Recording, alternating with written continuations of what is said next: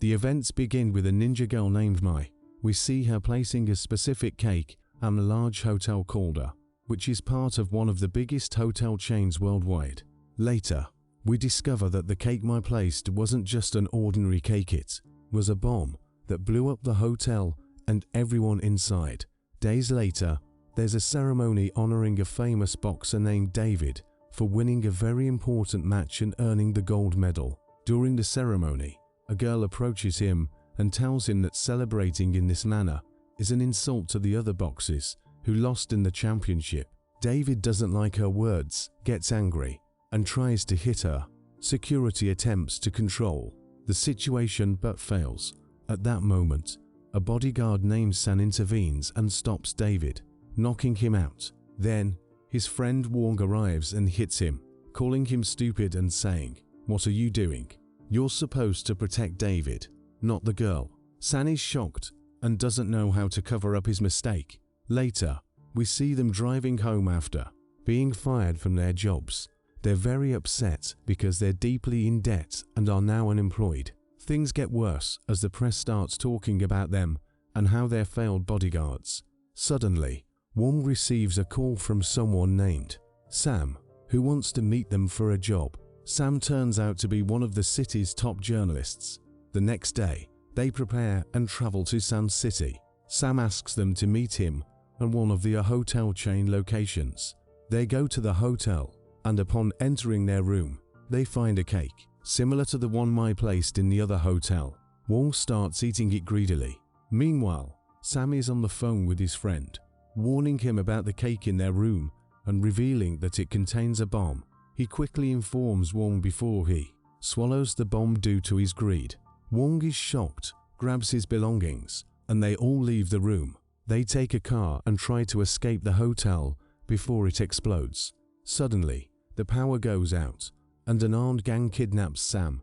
A fierce chase ensues between Wong, San, and the gang. Suddenly, a girl named Kitty and her friend Swan join the chase. We learn that these two girls have formed an organization capturing people who want to destroy the world. They try to eliminate Wong and San, thinking they're part of the gang. However, Wong and San prove to be tough targets, and the girls can't get rid of them easily. Kitty jumps onto the gang's main car, defeats them all, and stops the vehicle. The chase ends, and Kitty gets out of the car, intending to finish off San and Wong as well. She uses a taser on Wong and then goes after San, but he's too strong for her. He takes the taser from her and is about to use it when he notices the car in which Sam was kidnapped starting to move. He runs after it, trying to save Sam, but the car explodes, throwing Sam far away. Unfortunately, Sam loses consciousness. When he wakes up, he finds himself tied up with his friend in front of Kitty and her team. Kitty shows them a video from the press accusing them of being suspects in the bombing of the famous hotel chain. She questions them about the information they know about Sam. However, they stick to their principles and tell her they won't share any information or trust her. Kitty takes them to her yacht and explains that her goal is to rescue and benefit everyone. Swan shows them a picture of the suspect, and Wong recognizes the person, saying his name is Dumba. He reveals that Dumba used to work as an explosives expert but left the job to join the largest criminal gang in Thailand. Kitty informs them that this person is likely behind the criminal operations. However, due to their images being captured by cameras, they were suspected instead. Kitty and her team also suspects in the bombing of one of the chain's hotels. Feeling a bit safer, Wong and San share their mission, explaining that they were looking for someone named Siphon to work with him and had nothing to do with the incident. Kitty offers them a deal to team up and clear their names from the hotel bombing accusation. She tells them that if they succeed in the mission and prove their innocence, they'll receive a huge reward of $2 million. Of course, to broke guys like them wouldn't pass up such an offer, so they agree immediately. They all board Kitty's private jet and travel to Thailand to start their mission. When they arrive in Thailand, they prepare for an emergency landing since they can't land at the airport due to the charges against them. They are forced to parachute down because entering through the airport is not an option. They successfully reach Bangkok, Thailand. The first thing they do is head to a mall to change their appearance and clothes as a form of disguise. They emerge with completely new outfits and hairstyles, making them unrecognizable. They regroup, and Swan gives them small devices to wear around their necks to communicate with each other. Wong goes to ask one of his old friends about Dumba. His friend tells him that Dumba is in Thailand, but doesn't know his exact location. Wong leaves, suspecting that his friend knows Dumba's location, but chose not to reveal it. Two gang members follow Wong, and he leads them to San. One of them attacks San, but San easily defeats him. They capture the other gang member and interrogate him about Dumba's location, which he reveals. The team regroups, and Kitty takes San to search the house of someone they suspect might have useful information. They go there and manage to retrieve all the data they need. However, when San sees the homeowner's cat, he panics and starts screaming like a child. The woman gets scared, sees him jumping around with a sheet over him, and faints, thinking he's a ghost. They complete their mission and leave the house, with Kitty teasing San about his fear of cats. Suddenly, a group of cars arrives and kidnaps Kitty and San. When Wong sees his friends being taken, he quickly fights the gang and steals one of their cars to try and rescue them. Meanwhile, San and Kitty are tied up and thrown into the trunk of a car. San manages to free himself and tries to untie Kitty so they can escape. Wong continues chasing the cars, thinking Kitty and San are inside. After a long chase, he stops his car and finds Kitty and San running out of the trunk of the car he's driving. It turns out they were tied up in the car Wong had taken from the gang.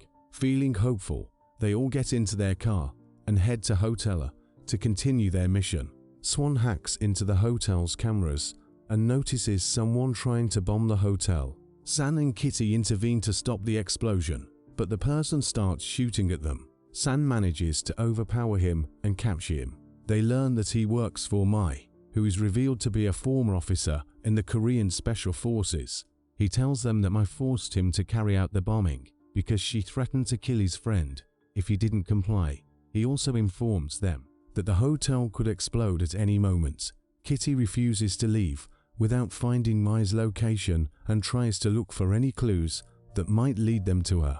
However, San grabs her and jumps out of the window just in time.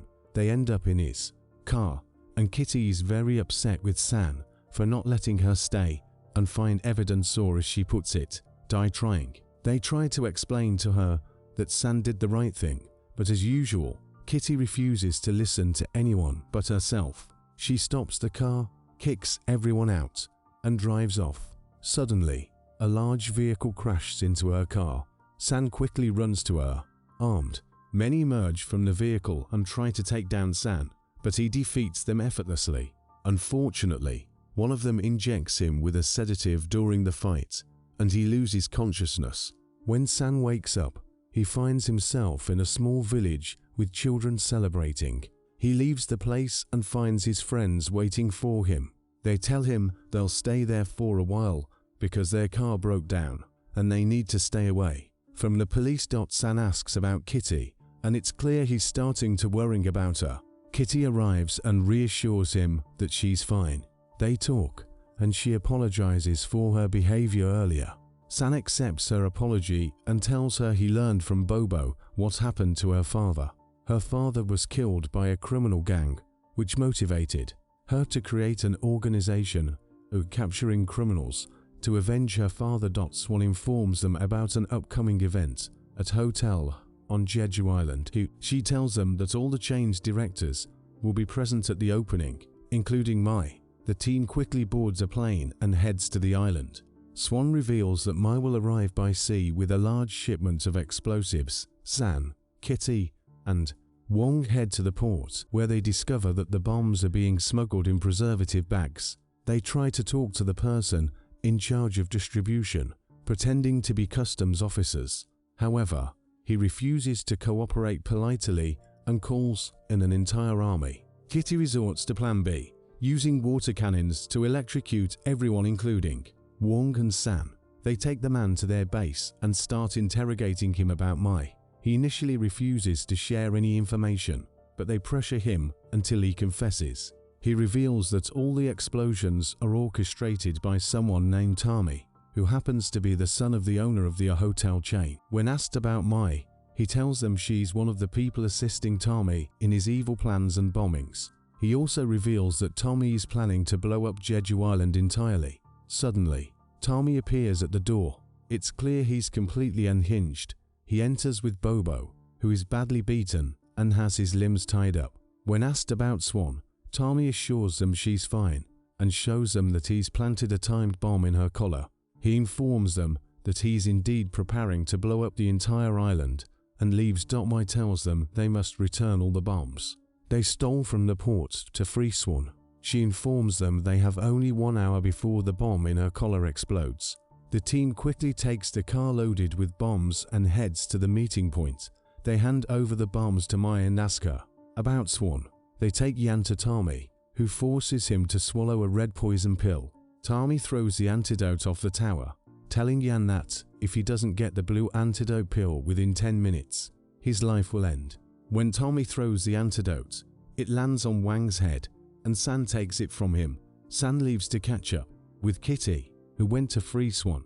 Meanwhile, Tommy gives Kitty the same red poison pill and throws the antidote, telling her she has the same 10 minutes to live. He also informs her that in 10 minutes, he will detonate Swan. Kitty is left with one choice: either save her sister, Swan, or save herself by finding the antidote within the time limit. San arrives with the antidote they found below. When Tommy throws another antidote, it again lands on Wong, who is still standing below. Wong sees Yan searching for the antidote and gives it to him, saving his life. Back with San, he reaches Kitty, but is attacked by guards trying to stop him from giving her the antidote. San defeats them all and easily gives Kitty the antidote. Tommy sends a larger group of his men, but Kitty and San stand together against them and manage to defeat them effortlessly. Kitty quickly leaves to save Swan from the explosion.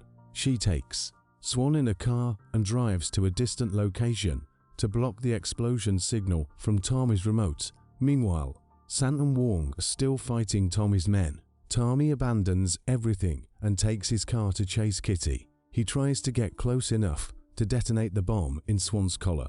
Kitty tries to evade him in every way, but Tommy is relentless. San meets up with Kitty and tries to help her, giving her a grenade to distract Tommy. He tells her to run while he confronts Tommy in his car.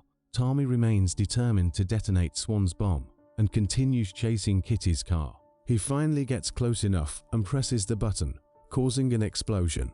After detonating, Tommy leaves, thinking he has succeeded. However, Kitty and San emerge from the bushes, unharmed. It turns out Kitty used the grenade San gave her to fake their deaths and mislead Tommy. Tommy goes to his father's friend, who tries to convince him that his actions are wrong and that he's destroying everything his father worked for over the years. Tommy reveals that his father never cared for him and that he never felt he had a father. He admits that he's bombing all these hotels to take revenge on his father for abandoning them for money. Back with Swan and Kitty, Swan creates a chip to block the detonation signal so that Tommy's remote won't affect the bomb. You might wonder why they don't just remove the bomb and be done with it. Well, the collar contains a bomb, so attempting to remove it would trigger an explosion. The collar must first be completely deactivated using Tommy's remote before it can be removed. Team prepares for their next mission. Swan hacks into the hotel's network. Wong and San return from their previous battle, disguise themselves, and head to the hotel to prevent the explosion and save the people. They take the elevator and change into their mission-specific outfits. Wong wears a bulletproof jacket. Swan disables the hotel's lights, so her teammates can remove the bombs without being seen. They find the bombs, but suddenly the lights come back on. Mai arrives at Swan's house. Mai threatens Swan with a weapon. San, Kitty, and Wong try to leave the place, but the guards enter and attempt to capture them. A gunfight ensues, forcing them to hide. Wong distracts the guards and protects his friends using his bulletproof jacket. Kitty manages to take down a large number of them, but another guard armed with two machine guns starts firing at them. Wong continues to shield them with his jacket. and they manage to escape, taking the elevator to the roof. Meanwhile, Tommy tries to detonate the hotel, but the signal-blocking chip prevents the bombs from being triggered. Every time Tommy presses the remote, nothing happens. Kitty and San head off to rescue Swan, leaving the bombs with Wong to move them away from the people. Wong is unsure how to handle all the bombs, but suddenly Yen arrives with a group of young men to help Wong dispose of them. Yen helps Wong as a way of repaying him for saving his life earlier. The rest of the team reaches Mai, who starts shooting at them, trying to eliminate them, but fails. Wong and the young men find a way to safely dispose of the bombs by placing them in lamps and sending them into the sky. Kitty and Bo work together to rescue Swan, while San engages in an intense battle with Mai. During this time, Tommy discovers the source of the signal blocking and removes the device from Swan's collar, breaking it. Bo and Kitty arrive and try to stop Tommy from detonating the city. Bo attempts to attack Tommy but is shot. Meanwhile, San defeats Mai, and Wong and Yan successfully send all the bombs into the sky. San confronts Tommy and tries to reason with him calmly, but Tommy refuses to listen and presses the detonation button. The bombs explode, but instead of causing harm, they create a beautiful display in the sky, delighting the city's residents. Seeing his plans fail, Tommy breaks down. Tommy reveals that one of his team members swallowed poison and threatens to throw the antidote into the sieve. San approaches him. As San gets closer, Tommy trips, and the antidote falls. It almost falls into the sea, but San catches it just in time. Tommy tries to stomp on Son's hand to make him fall, but Bo intervenes and holds Tommy back. Tommy presses on Bo's gunshot wound, causing him to lose grip. Just as Tommy is about to finish him off, San gets up and kicks Tommy in the face. San rushes to give the antidote to Kitty, but Tommy, unwilling to let things end peacefully, grabs a gun and aims at Kitty. At the last moment, Swan arrives and uses a taser to incapacitate Tommy. Finally, Tommy is subdued, and the team succeeds in saving the hotels and clearing their names from the bombing accusations. The movie ends on this note.